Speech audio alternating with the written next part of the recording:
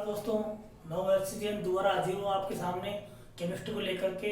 आज हम बात करेंगे हैलोजन डेरिवेटिव्स यानी कि हैलोजन व्युत्पन्न। 12th केमिस्ट्री का जो है 10th चैप्टर है और ऑर्गेनिक का पहला चैप्टर है।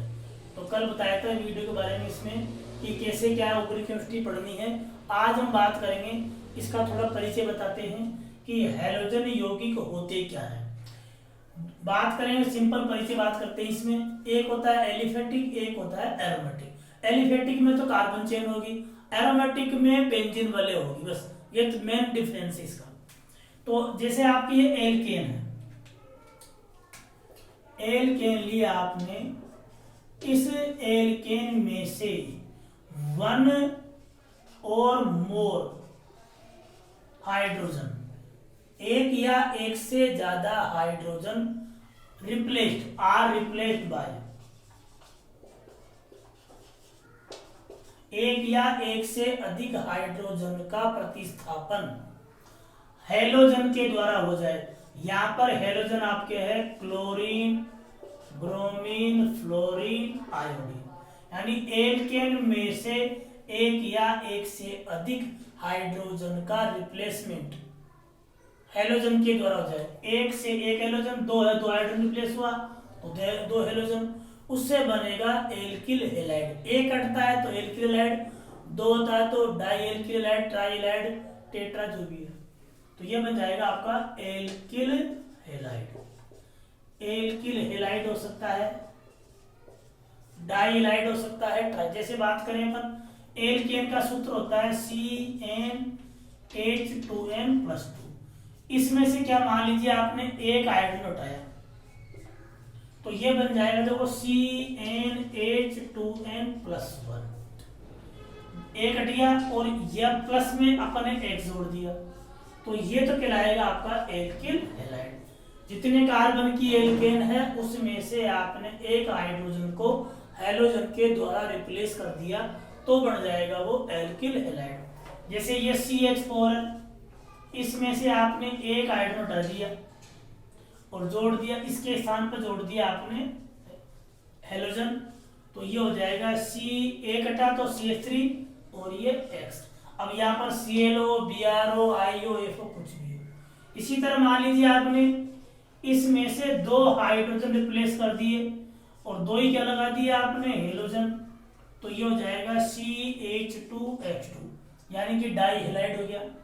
इसी तरह इस मान लो ये C2H6 है, इसमें से आपने तीन हाइड्रोजन हटा दिए और तीन ही जोड़ दिए आपने X, तो ये हो जाएगा देखो तीन हटे तो C2H3 और थ्री ही क्या हो जाएंगे H3, ये हो जाएगा ट्राई हैलाइड। इसी तरह आपने चार हटाए तो हो जाएगा टेट्रा हैलाइड। ये तो सिंपल एल्किल हैलाइड की बात हो गई। एरोमेटिक में बात करें अपन तो एरोमेटिक में क्या होता है कि एरोमेटिक में ये होती है बेंजीन वाले, ये आपकी बेंजीन है। इस बेंजीन में से यदि आपने एक हाइड्रोजन हटा दिया और किससे हटा दिया हैलोजन से, तो ये हो जाएगा एरिल हैलाइड। इसको बोल सकते हैं अपन एरिल हैलाइड या बेंजीन भी बोल सकते हैं, बेंजीन हैलाइड, यही बोल सकते हैं इसको। दो हटाया तो दो जाए। तो बेसिकली अपने जो हैलोजन है, हैलोजन यानी हैलाइड है, वो दो टाइप के, एल्किल और एरिल। एल्किल में कार्बन चेन होगी और एरोमेटिक में बेंजीन वाले होगी। फिर अपन बात करते हैं इसके, देखो क्लासिफिकेशन, ये जनरल इंट्रोडक्शन था इसका। अब क्लासिफिकेशन की बात करते हैं।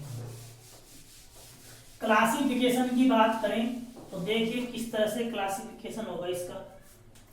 बात करते हैं क्लासिफिकेशन।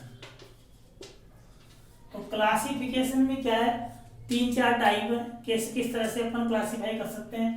पहला है हैलोजन परमाणु की संख्या के आधार पर, हैलोजन परमाणु की संख्या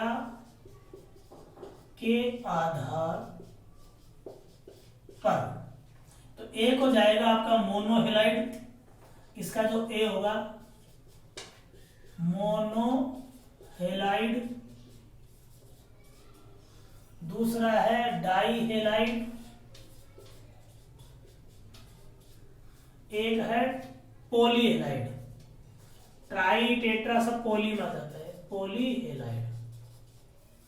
नाम से ही क्लियर है, मोनो मीन्स एक, यानी कि जब हाइड्रोजन परमाणु की संख्या क्या हो, एक हो। एग्जाम्पल बात करें CH3X, C2H5X या हेलोबेंजीन, एक ही हाइड्रोजन हो तो बोलते हैं उसे हम क्या, मोनोहेलाइड। फिर दूसरी बात, डाईहेलाइड के क्या नाम से, तीन प्रकार है बेसिकली, वैसे दो बुक में तीन पढ़ेंगे। एक होता है विसिनल, एक होता है जेम, विसिनल डाईहेलाइड, एक होता है जेम डाईहेलाइड, और एक होता है एल्फा ओमेगा डाईहेलाइड। विसिनल में तो क्या होता है, विसिनल का मीनिंग होता है निकटवर्ती, यानी कि जब हेलोजन पर दो होंगे, हेलोजन कंडीशन थे दो हों, जब दोनों हेलोजन परमाणु दो पास पास वाले निकटवर्ती हेलोजन परमाणु निकटवर्ती कार्बन पर हो। जैसे ये बात करें, देखो एक हेलोजन यहाँ पर, एक यहाँ पर, या ये कार्बन चेन है, एक यहाँ पर एक यहाँ पर, निकटवर्ती कार्बन पर हो तो उसे हम बोलते हैं क्या, विसिनल डाईहेलाइड। जेम का मतलब होता है साथ साथ, एक ही कार्बन पर हो, यानी कि दोनों हेलोजन परमाणु एक ही कार्बन पर हो, ये जैसे, या ये कार्बन देखो दोनों एक ही कार्बन पर हो तो उसे बोलते हैं क्या हम, gem dihalide. When both halogen atom present on same carbon atom is known as gem dihalide, यानी कि दोनों हेलोजन परमाणु एक ही कार्बन पर हो।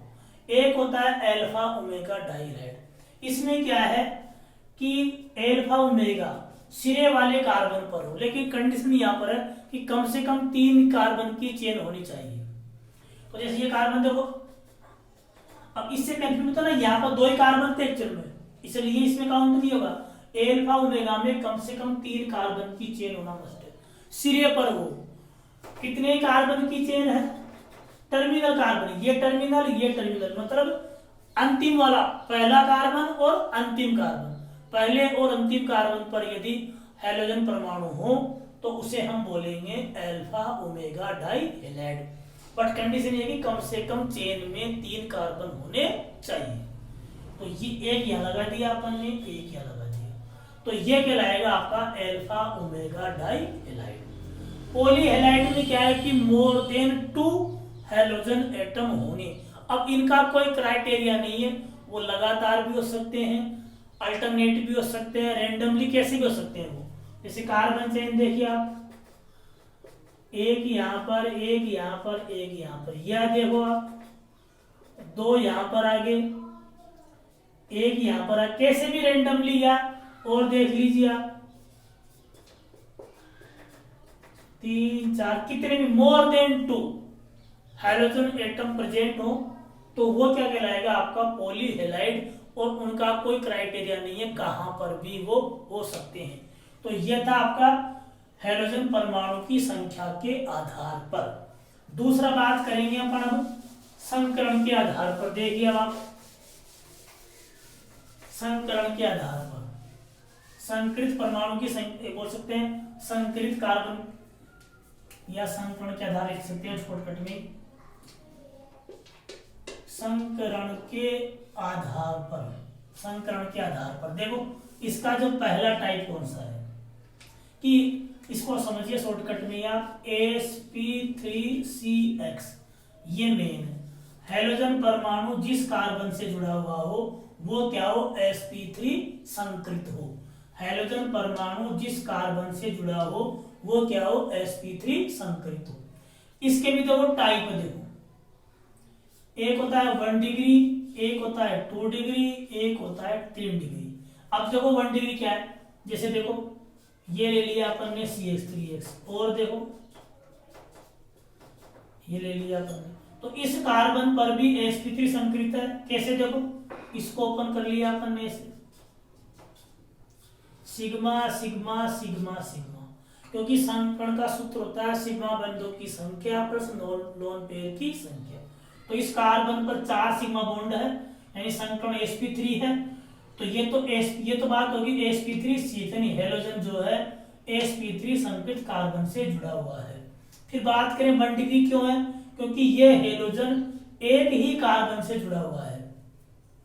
1 डिग्री कार्बन वो होता है जिसके बगल में एक ही कार्बन हो, सीधा एक ही कार्बन हो, या कोई नहीं हो, अकेला ही है, या तो एक ही है। इस पे देखो बात करो, ये भी sp देखो, ये कार्बन इसके बगल में एक ही है, तो ये कार्बन भी कहलाएगा 1 डिग्री। और देखिए यह लगा दिया आपने, देखो तो ये भी सिग्मा सिग्मा सिग्मा, तो इस कार्बन पर sp3 संकरण है, ये तो इसमें आ गया।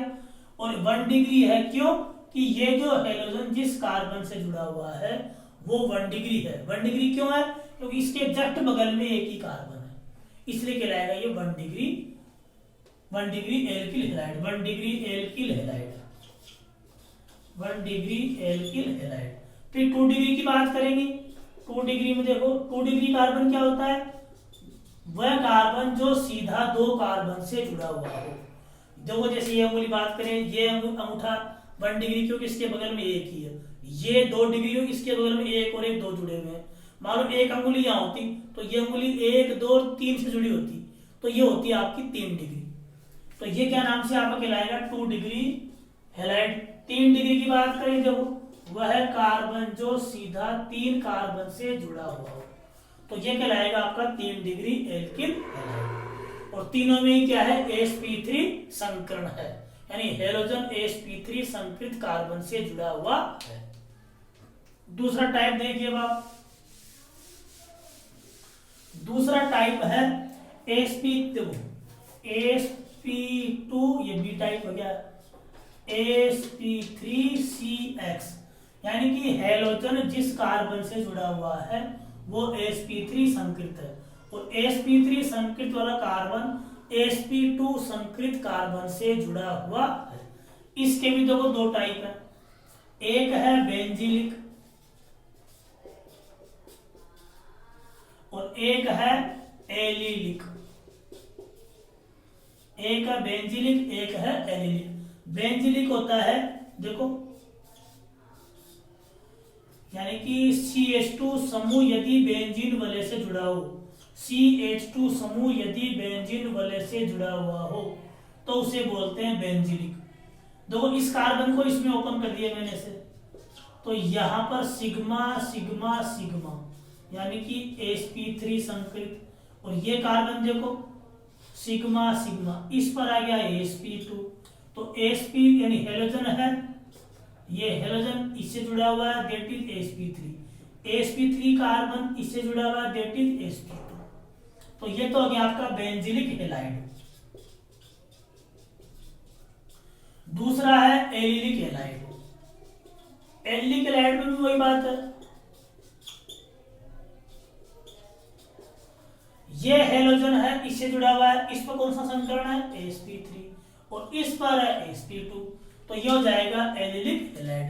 यानी कि दोनों में डिफरेंस क्या है, हेलोजन sp3 संकृत कार्बन जुड़ा हुआ है, दोनों में सेम है, बट यहाँ तो एक ही sp2 या 2-3 हो सकते हैं, यहाँ पर पूरी बेंजीन वलय होगी, यानी कि हेलोजन जिस sp3 कार्बन से जुड़ा हुआ है वह कार्बन बेंजीन वलय से जुड़ा होगा, और बेंजीन वलय में टोटल कार्बन जो है वो sp2 संकृत होते हैं। थर्ड टाइप देखो इसका, एक है sp2cs, यानी कि जो हेलोजन है वो sp2 संकृत कार्बन से जुड़ा होगा। इसके 2 टाइप है, एक है वाइनिल